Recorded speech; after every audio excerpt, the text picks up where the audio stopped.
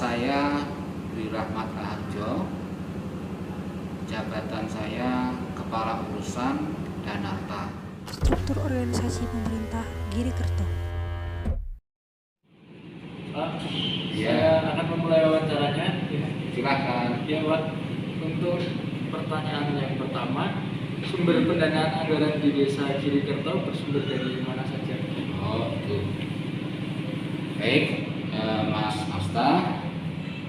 Sumber pendapatan di kelurahan itu ada 3, yaitu pendapatan asli kelurahan, yang kedua pendapatan transfer, yang ketiga pendapatan lain-lain. Pendapatan lain-lain. Ya. Kalau masalah jenis-jenisnya, Mas Masta bisa membuka sendiri datanya. Oh, iya. Banyak soalnya. Baik, Pak. Kemudian selanjutnya, siapa saja yang bertanggung jawab terhadap penyusunan dan pengelolaan anggaran di Desa Girikerto? Kalau yang bertanggung jawab itu adalah lurah, sedangkan pengelolanya adalah carik dan kasih kaur bersangkutan. Ya, datanya ada di sini, nama-namanya. Kalau Pak Carik namanya Krisna Cahyana. Kemudian ada kasih pemerintahan atau sekarang bernama Jogoboyo, namanya Pak Edi Sunarno. Kemudian jabatan kami tua namanya Pak Teguh Raharjo. Selanjutnya ada Ulu-Ulu. Ulu itu sekarang dijabat oleh Pak Juliantara. Lalu ada juga Kaur Perencanaan yang sekarang bernama Pangreto, bernama Pak Samirin. Ya. Kemudian ada juga Kaur Tata Laksono, sekarang dijabat oleh namanya Pak Haryana. Selanjutnya ada juga Kaur Danarta, saya sendiri. Oh, Dwi Rahmat. Itulah yang melaksanakan anggarannya. Pertanyaan berikutnya, bagaimanakah penempatan pos-pos pengeluaran pemerintah Desa Girikerto? Lalu pos-pos pengeluaran dialokasikan untuk apa saja, Pak?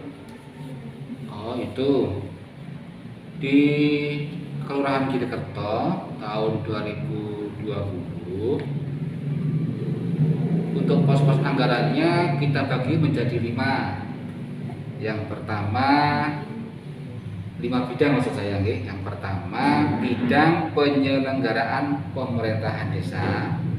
Yang kedua bidang pelaksanaan pembangunan desa. Yang ketiga bidang pembinaan kemasyarakatan desa. Yang keempat bidang pemberdayaan masyarakat desa. Dan yang terakhir, yang kelima, bidang penanggulangan bencana, keadaan darurat dan mendesak desa.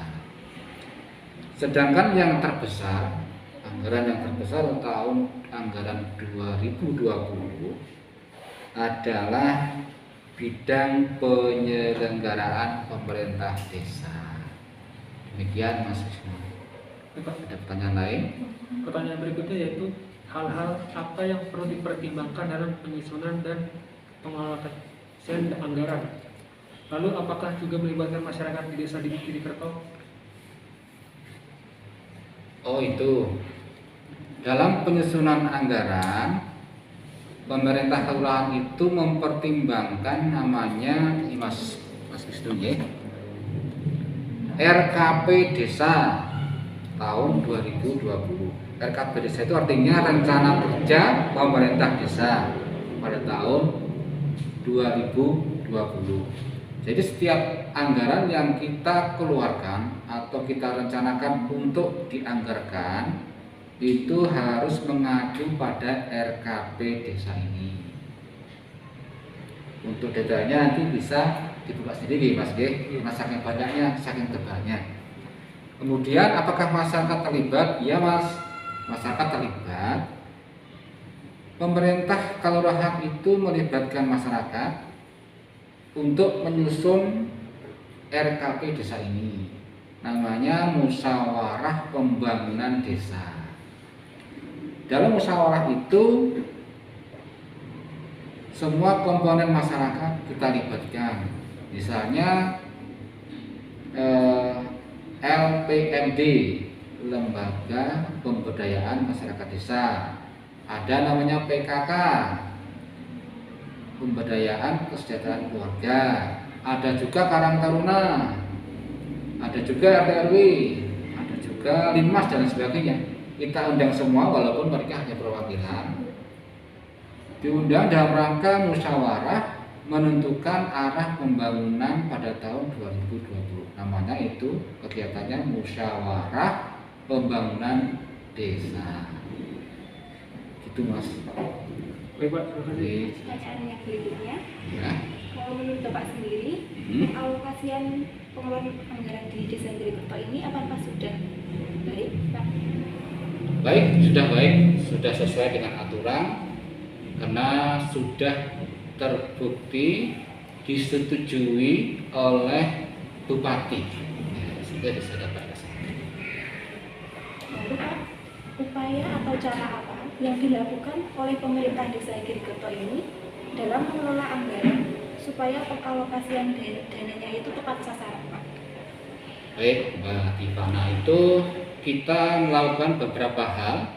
Yang pertama, pada saat perencanaan kita sesuaikan dengan kebutuhan, yaitu kebutuhan yang disebut dengan prioritas. Mana-mana yang prioritas, mana-mana yang tidak prioritas. Yang kita anggarkan karena adanya keterbatasan dana, maka kita memprioritaskan apa-apa yang paling dibutuhkan oleh masyarakat pada tahun 2020 itu.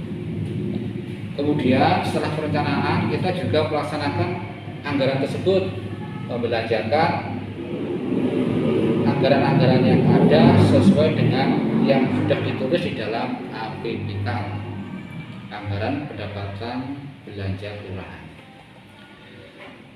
Setelah kita belanjakan, kita melakukan monitoring dan evaluasi setiap bulannya.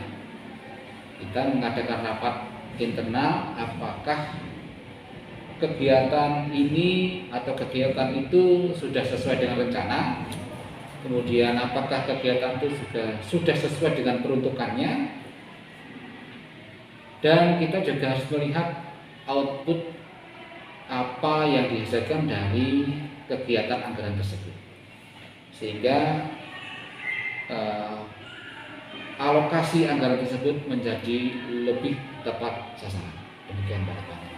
Pertanyaan berikutnya, apakah pada masa pandemi ini juga berpengaruh terhadap pos-pos pengeluaran pemerintah? Lalu adakah pos pengeluaran baru yang muncul pada masa pandemi ini? Ya, betul. Ada perubahan selama masa pandemi. Pandemi itu kan terjadi sekitar bulan Maret, April ya Mbak ya. Nah itu kita waktu itu harus merubah anggaran di tengah jalan. Yang semula kita tidak menganggarkan karena ada perintah dari pusat harus menganggarkan, maka kita harus berubah. Jadi anggaran yang muncul pada waktu itu adalah anggaran BLTDD. Semula anggaran itu tidak ada, tapi karena ada kasus pandemi itu, kita semua di kelurahan Indonesia itu diperintahkan untuk mengalokasikan anggaran untuk BLTDD, sehingga banyak kegiatan-kegiatan kita yang semulanya ada itu harus dipending atau ditiadakan, diubah menjadi anggarannya menjadi bantuan langsung tunai dana desa. Demikian. Baik Pak, pertanyaan berikutnya. Ya, silakan. Kendala apa saja yang dialami oleh pemerintah Desa Girikerto ini dalam pengalokasian anggaran Pak? Kendalanya yang biasa kita temui itu adalah keterbatasan anggaran antara kebutuhan kita dengan anggaran yang ada, baik itu anggaran transport dan anggaran pendapatan asli desa itu tidak berimbang. Ini kendala yang utama ya Pak ya. Sehingga kita harus memprioritaskan kebutuhan demi kebutuhan, mana-mana saja yang harus kita penuhi terlebih dahulu, sehingga tidak semua yang ada di RKP Des itu harus diwujudkan karena keterbatasan anggaran yang ada. Betul. Kemudian, apakah di desa Girikarto ini memiliki pengawas keuangan, Pak? Ya, ada. Pengawas keuangan kita secara politis itu namanya Badan Permusyawaratan Kelurahan. Secara politis ya. Dan secara teknis itu namanya inspektorat, baik itu di kabupaten maupun di provinsi. Terkadang kita juga harus diawasi oleh BPK, BPKP,